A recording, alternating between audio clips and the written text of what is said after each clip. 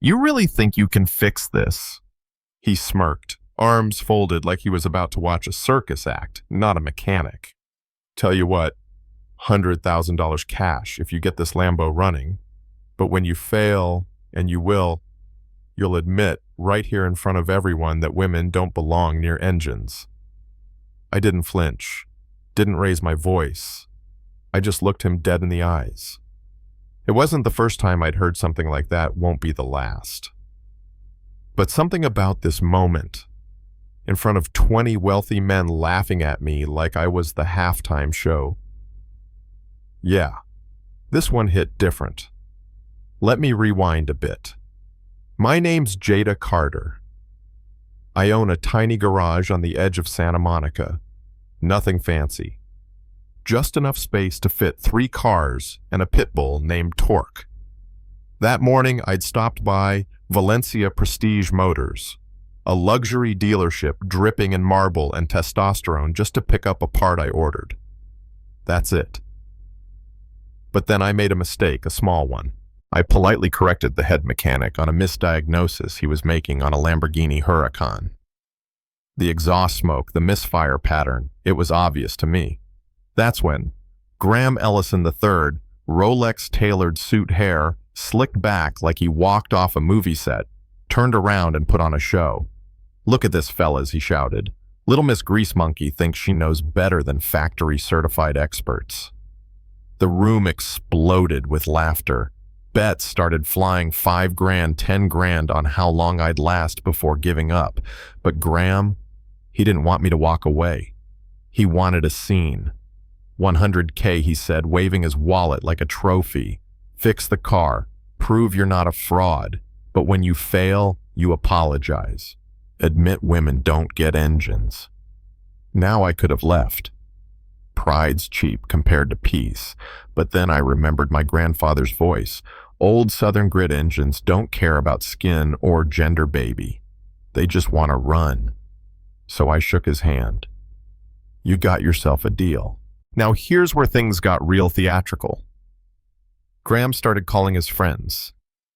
Within 15 minutes, the place looked like a country club, happy hour, champagne flowing, cigar smoke curling up into the chandeliers. Cameras ready for what they assumed would be a viral moment of female failure. They didn't know who I was. Didn't know I grew up elbow deep in busted transmissions at my granddad's junkyard in Mississippi. Didn't know I graduated top of my class in mechanical engineering. Didn't know I'd spent 3 years consulting for one of Europe's top automakers designing the very systems they thought I couldn't understand. But they saw the overalls, the skin, the afro under the baseball cap, and wrote the ending of my story before I even opened the hood. Need a mirror? Graham chuckled. Or do YouTube videos teach you everything now? I ignored him. Placed my hand on the hood gently, like greeting an old friend. The car was vibrating, barely noticeable, but it told me something wasn't right with the fuel management system. Can I open it? I asked. Be my guest professor. He smirked. Pop. Less than 30 seconds in, I saw the problem. A knockoff performance chip jammed into the ECU. It wasn't just faulty, it was dangerous.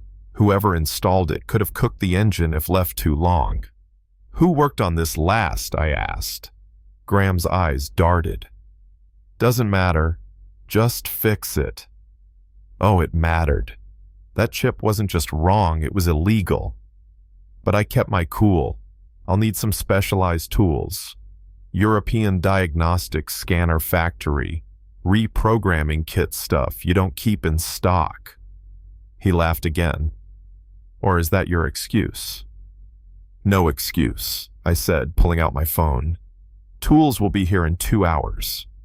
What I didn't say was that I wasn't calling a supplier. I was calling Leo, a lead engineer at Fiorenza Motors, the company I'd quietly consulted for.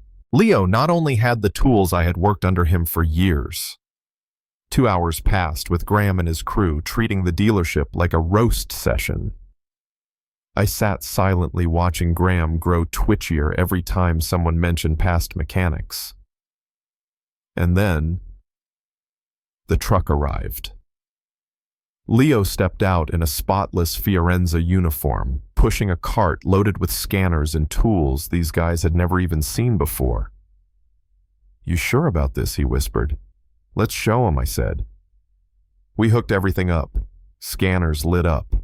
And there it was, unauthorized reprogramming counterfeit chip performance hacks that voided warranty and endangered lives. And guess who owned the company selling those chips?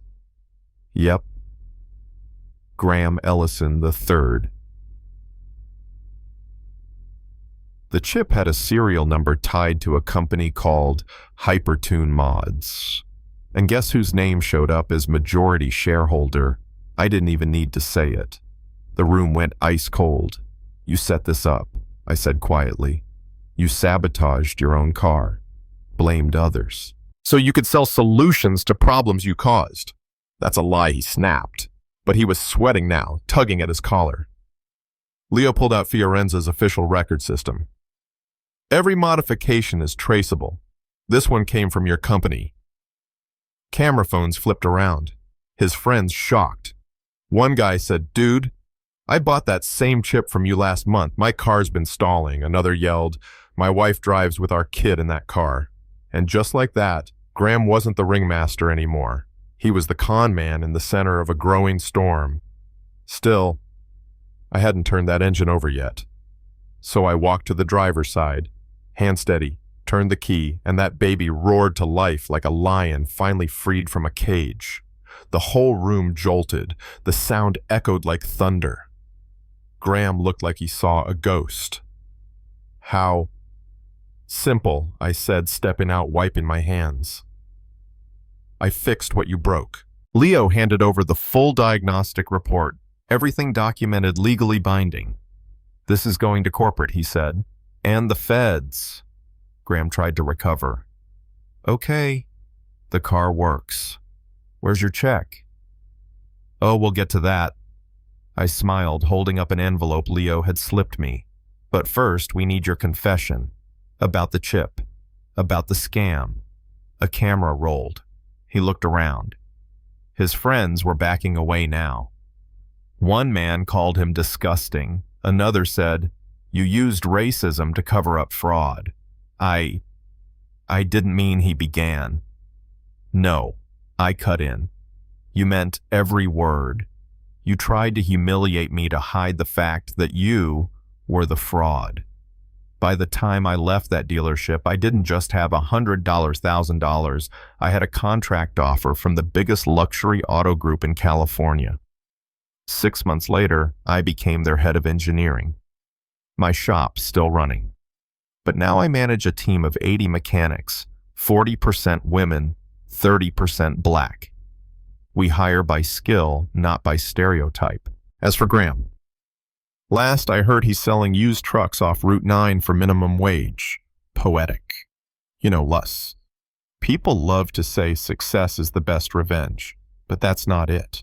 The real revenge is proving that everything they tried to use against you, your gender, your skin, your silence, is exactly what makes your victory undeniable.